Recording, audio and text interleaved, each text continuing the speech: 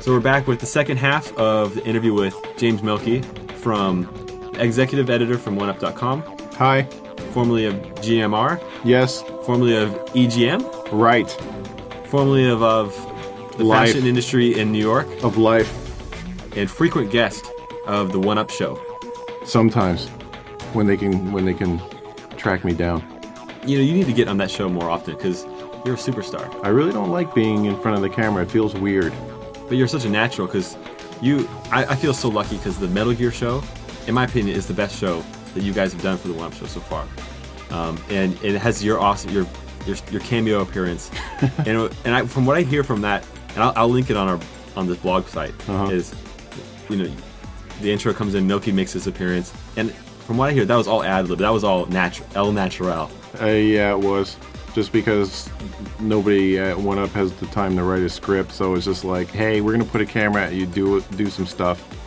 You know what's really funny about that though is that people really think that I'm this guy who beats up interns. But do you think I would really beat up interns if somebody was pointing a camera at me? Yeah. Okay, let's just get that clear. I think you would. All right. Well, obviously you've been around you quite a lot. Don't say that, man. We're gonna get in trouble. Poor interns, you know. Poor interns. The guy he beat Animal Crossing. He beat Animal Crossing. And what does he get? A fat lip. He paid. That's what you get for paying off Tom Nook in a day. That game was not designed to be in a day. You don't pay off Tom Nook like that, or you get the back of the hand. So I just hope to see you more, you know, on the One Up Show more and more. I mean, and I think fans want you on there. I'll try, but I'm not making any promises. Okay. I thought we could get a promise out of you. You're on the air. You're on the Kojima Productions report. I'll tell you one thing. It's easier to talk. I understand why Howard Stern does it now, because it's easier to talk. And you get headphones and you can actually hear yourself talk in your own voice, which you don't hear that often. Yeah, you don't. No, but when you have a camera pointing at you, you don't feel like you're having a conversation. You feel like you're hamming it up. That's a little weird. Okay. Maybe I'm completely off on this, but maybe you just haven't had enough time in front of the One Up Show camera. Well, I've been in front of a lot of cameras over the last 8 years because, you know, for EGM or GMR or just Ziff Davis in general, they'd be like, hey, can you do this spot? Can you do this CNN spot? Oh, can you do this entertainment show? I had to go to New York and I had to sit there on a stage set and talk to, like, it wasn't Regis and Kathy Lee, but it was similar, and it was really awkward, I'd have to say. I'm not a fan of, like, hanging out in front of a camera acting like a camera's not there. So in other words, you're not going to be on the show that much. Just, you know, rarely you're going to make your appearance, is what you're saying. When it's important, when I have to do it, I'll be there, but, you know, I try it. You know, sometimes the camera crew comes around and I'm just like, get out of my face. Yeah, I'd rather come and hang out in Kojima Productions. Tell you that much. Let's get back into the Metal Gear talk. Okay.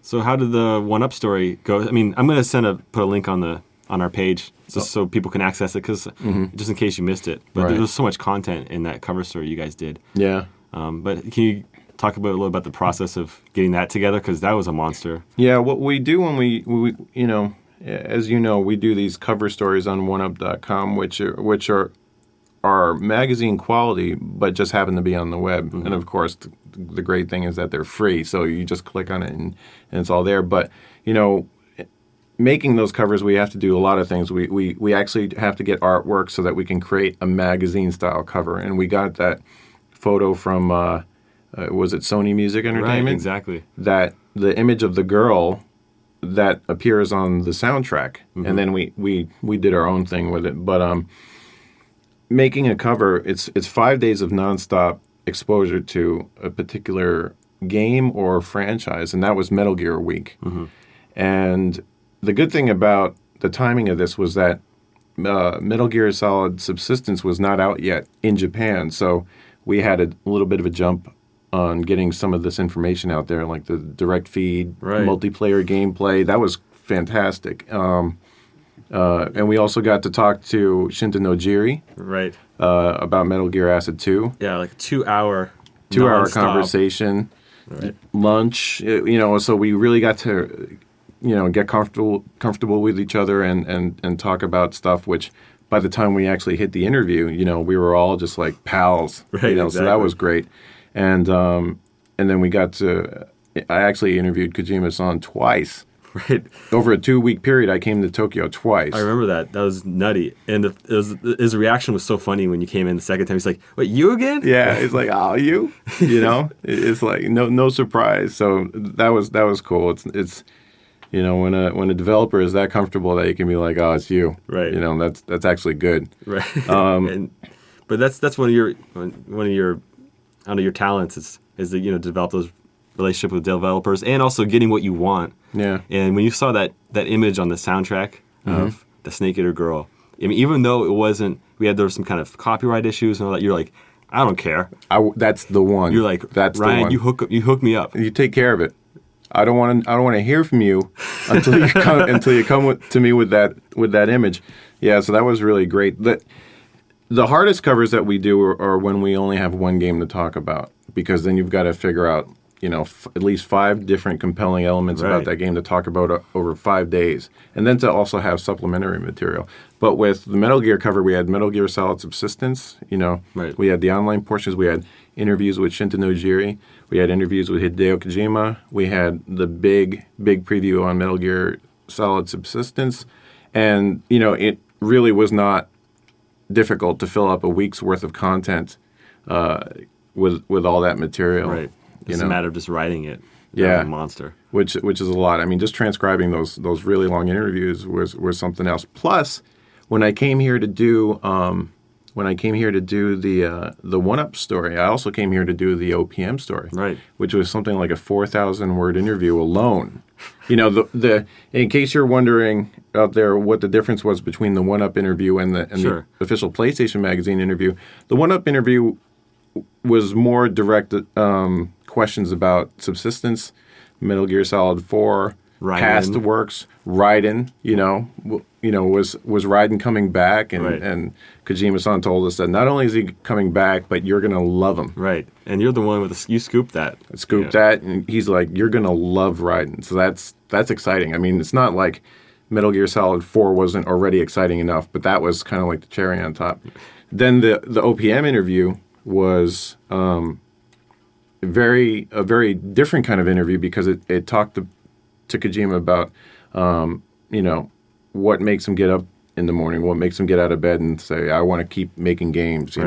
It kind of like broke down the myth and got to just what is Kojima like as a human being and what makes him tick. Right. So that was very interesting. And you also probe pretty deeply into a topic that a lot of journalists, well, for one thing, they don't have a lot of time to talk about other things. They have an assignment to talk about 4. But, you kind of put that aside for a while, and you want to talk about the Kojima Production Studio. Like, what is the studio exactly? Yeah, because nobody, it's like, it's, to the outside world, you might just think, oh, well, it's a vanity thing, like, oh, Sega AM2, oh, Team Ninja, oh, Polyphony Digital, oh, it's just a studio name.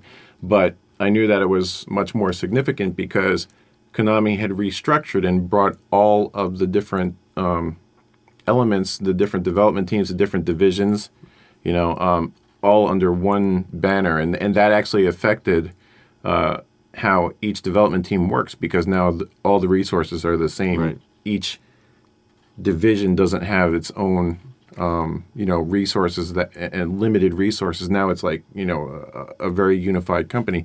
So I knew that had to have helped Kojima Productions in some way. So I was like, well, why Kojima Productions and why now? Why didn't you do this before? Right. So for him to explain, how Konami used to work, how they work now, and what that means to Kojima Productions, that was really interesting. Yeah, he revealed something that I was surprised that a lot of people on the internet didn't pick up, is that how he wants to expand outside of games. Right. And he kind of threw out a few hints. He tossed out a couple things. He was like, if we wanted to make a Metal Gear arcade game in the past, it would have been very difficult, because they would have had to go, Kojima and his people and his team would have had to gone to the arcade division and said, hey, this is what we want to do. How do we do this? Right. But now he can just write it down and say, let's do this, and it's done. Yeah, if he wants to do it. Or, if we want to make a Metal Gear movie, right, we can do this now, because you have access to, the animation departments, and CG. He was talking about books, comics, you name it. Like soundtracks, I think he said. I'm not... Soundtracks. He was just throwing out all these different examples. But. Yeah, just like lots of stuff. Things that, before it was named Kojima Productions, Kojima's development team, what was it, KCET? KCJ. KCJ. Before it was just like purely software. Right. It's like, this is what we do. We make games. We come in and all we're thinking about is games. But now Kojima Productions is an umbrella group that, is able to do multimedia projects of pretty much anything they can think of. Right. So that was something that I thought was really cool. Something that you went into that hasn't been and still hasn't been talked about so much online and in forums and things. But yeah, that's something to check back on in case you missed it. Maybe people were just their heads were exploding when they read that thing about Raiden. Well, everything that's come out since has probably been overshadowed a little bit by anticipation for MGS4 because of the MGS4 trailer. Right. I mean, you look at that, and that's clear-cut evidence, and that was the first real, genuine, believable evidence of what the PS3 could do. Mm-hmm. I guarantee you that 95% of the games that come out are not going to look that good because, Kojima Productions always does the most amazing job visually. Right. People are thinking about MGS4, so to try and get people to pay attention to the other things. Yeah, they've got tunnel vision. Yeah. So I've been kind of bringing up Raiden over and over again, and I'll just ask you straight up. Is there hope for Raiden? Personally? I mean, you know the game industry very well, the community, gamers. Yeah. I mean, what's your prediction? What... People generally have very short memories. I know that gamers tend to hold a grudge, against things that they view as a slight against their most treasured franchises. But, just like Bill Clinton, Vanessa Williams, all these things, people could commit the greatest faux pas in the public eye, but, time heals all things, and as long as they make good, that's all that people care about. So when Kojima-san said, by the end of MGS4, you will love Raiden, I have no idea what he's planning, but I imagine that it's got to be very, very cool. It's probably going to be something like either Raiden turns into a really believable, genuine badass, or he does something cool like just totally saves the day. Right.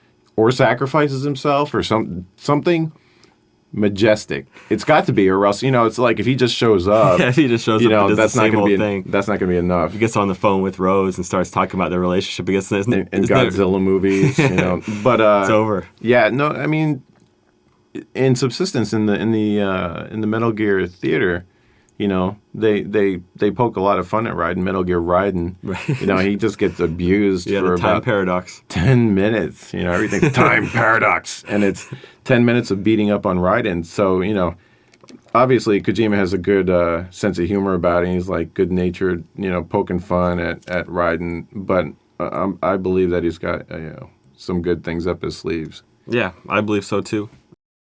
You are into online games more than anybody I know. Yeah, that's not necessarily a good thing. Yeah, I'm not saying it's a good thing. Okay. Well, why you bring it up? I want to bring up your skeletons out of the closet. Yeah. Bring them out. Okay. Bring out those skeletons. And I want to talk about online a little bit. All right. And I want to talk about Metal Gear. Okay. Online. All right. Because you were one of the first people to play it on the planet. Right. And you played it, at our studio. You recorded it, and you had your own name on there. It said "One Up Mielke." Yeah. And you're playing developers, and we recorded it. We put it up on, you put it up on One Up. Yeah. How many people were playing that day? 8 people. Yeah, I think 8 people the max. And so you're very familiar with MGO, but the question is, is there room for MGO in the game industry for gamers? Because SOCOM does a great job, Splinter Cell does a great job. Yeah. I mean, of course, there's all sorts of other online games, but I mean, as far as like the direct competition is concerned, there is a lot of direct competition. Yes, there is. Do you think MGO can find its own, like its niche, or? Yeah, I totally think it can because not everybody prefers SOCOM or not everybody prefers Splinter Cell. And what the good, I mean, I don't think you can really judge the success of Metal Gear Online just based on the first entry, because even Kojima himself says that, like, Metal Gear Online as it exists now, which is a very full-featured game mode, and it's really, really fun. I mean, that game is addictive, especially with all the little humorous touches that people who play Metal Gear will find familiar. That's apparently only 10% of the ideas he's got, right. But the Metal Gear Online approach, I mean, this is something that people have been asking for years, and it's just recently gotten out there. So it's just taking off, and what it does for Kojima Productions is that it creates this great groundwork. It creates this foundation for you guys to build on. Right. I can't even imagine what is going to happen when MGS4 comes out. So you're asking me, when the PS3 comes out and whenever Metal Gear Solid 4 comes out, you're damn right there's going to be a space for something that looks like Metal Gear Solid 4, but with however many people playing online. Right. By the time that comes out, every day broadband gets better for just, consumers in general. So by the time MGS4 comes out, and, I'm just going to assume that, Metal Gear Online is going to be a part of that.